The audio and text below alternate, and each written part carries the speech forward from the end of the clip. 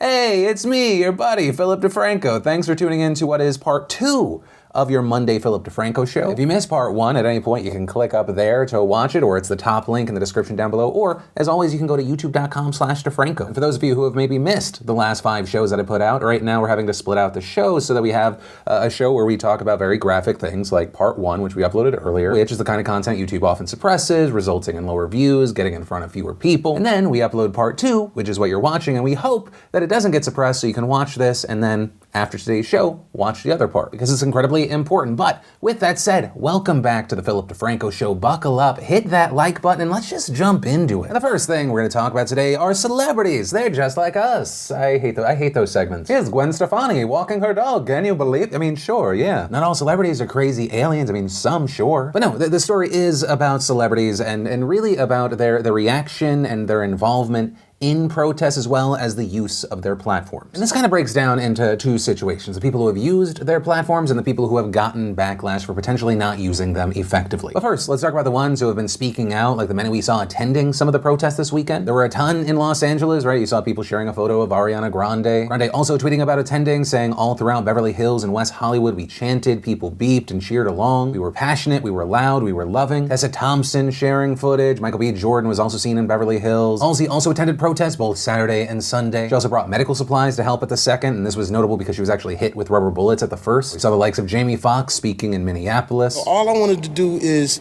let you know that we're not afraid to stand. We're not afraid to stand. We're not afraid of the moment. But protesting wasn't the only way that celebrities were showing their support here. I mean, sure, you had people speaking out on social media. We also saw the likes of the newly famous, with the queen of TikTok herself, Charli D'Amelio, also posting about this, saying that she, as an influencer, feels that she has a job to speak up and address racial injustice. We all have a voice. We need to stand up for what is right and stick together. But also, you had a ton of them donating to a variety of funds related to this, including Chrissy Teigen, who tweeted, "I am committed to donating $100,000 to the bailouts of protesters across the country." Right, and these bailouts refer to the funds all around the country set up to cover the bail for protesters arrested during these protests. While there were many that praised her for this, if you went to her replies, there were also a lot of people criticizing her, criticizing the protests, mentioning the looting, saying she was essentially supporting that. To which Teigen replied, "Ooh, they might need more money then, make it 200,000. Right, and around this you had a bunch of other celebrities like Seth Rogen, Ben Schwartz, and Steve Carell posting that they matched a $50 donation to the Minnesota Freedom Fund, though there they did receive backlash kind of from both sides. Right, a number of people saying you're claiming to help the protesters here, but then also wondering if they are supporting bail for people looting or destroying things, though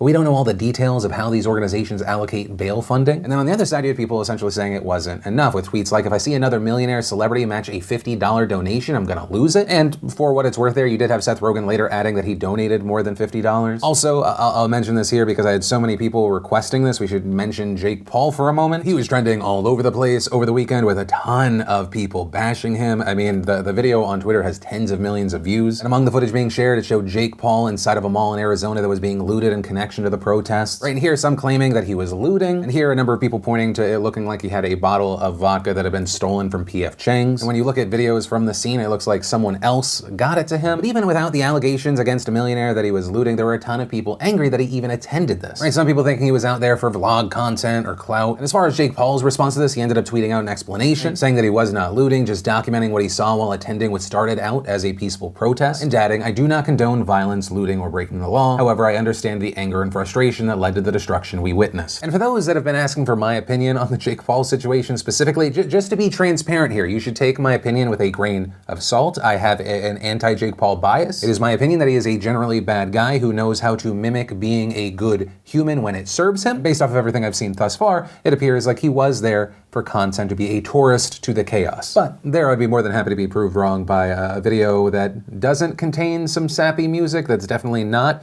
a damage control PR, but this should also be probably the least important aspect of this whole story that we're talking about. Right, and so I mention all of this to kind of get to the final point here, and that is, what role should celebrities play? Because while we see celebrities who are engaging in whatever way that they're engaging in, getting support and hate. There's also recently been a conversation about celebrities who do not use their platform. And I think a large part of this conversation stemmed from Don Lemon actually talking about this on his show Saturday night. He started out by saying that a lot of the people that are protesting right there on the ground, they're leading the charge here, they don't have much to their names at all. But then saying that he knows that wealthy celebrities are not willing to do the same, right? And saying this particularly about Hollywood leaders and specifically black celebrities with large platforms. But a lot of people I asked to come on this show to talk about this wealthy celebrities, wealthy political people. I can't do it. I'm mad. I don't want people to see me mad. It might hurt my business. Or I'm so upset that I had to go to my country house and I just can't do it.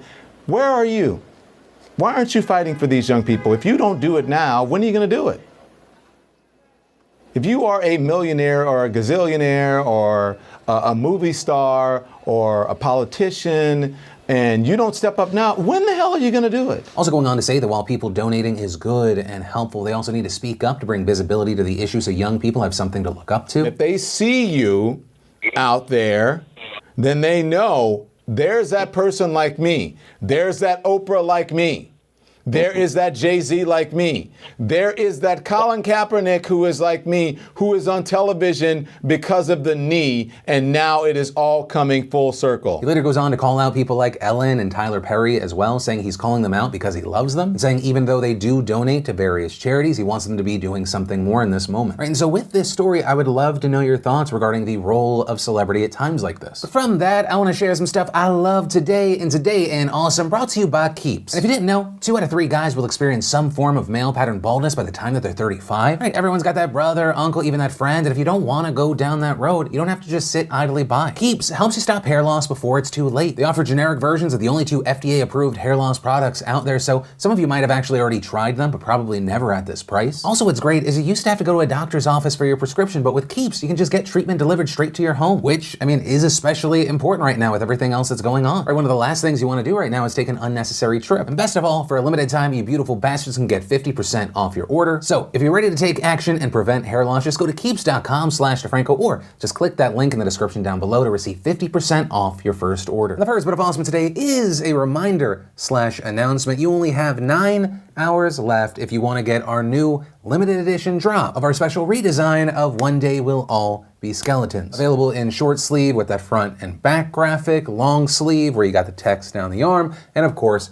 as always, our premium hoodies. You get some awesome for yourself, and of course, it helps support the show. Then we got 50 people naming the most famous fictional character from their state. Netflix gave us Outer Banks versus Never Have I Ever versus On My Block. Neil deGrasse Tyson gave us 3 mind-blowing space facts. Kristen Bell, Terry Crews, Jeff Goldblum, and more break down their first IMDb credit. And if you want to see the full versions of everything I just shared, the secret link of the day, really anything at all, links as always are in the description down below. And then let's actually talk about a story that we briefly touched on this morning. I mentioned that it was a whole can of worms, and here are those worms. Right, and so a large part of this is around the fact that Twitter is hiding a tweet from President Trump saying that the president was glorifying violence. That tweet is still up, you have to click it to see it, but that's a situation. And it's a situation that actually concerns 2 stories. The first is that last week, Twitter slapped a warning label over a different set of tweets from Trump, with Twitter explaining they did this because Trump was posting misleading and inaccurate information related to the 2020 election. On Thursday, we saw Trump retaliating by issuing an executive order aimed at restricting social media platforms' ability to police their own content. And the second part of this story concerns the protests that we're seeing across the country right now. In 2 tweets last Thursday with Donald Trump criticizing the riots and the looting that we're seeing. In the first tweet, he says that he can't stand by and watch what's happening in Minneapolis. He goes on to slam Mayor Jacob Frey for being a weak, radical left mayor. But notably here, it's actually his second tweet that Twitter flagged because he says, quote, "These thugs are dishonoring the memory of George Floyd and I won't let that happen. Just spoke to Governor Tim Walz and told him that the military is with him all the way. Any difficulty and we will assume control, but when the looting starts, the shooting starts. Thank you." And while of course many were angry and frustrated with Trump using the word thugs, this because while supporters of the president say that he's referring to just people committing crimes,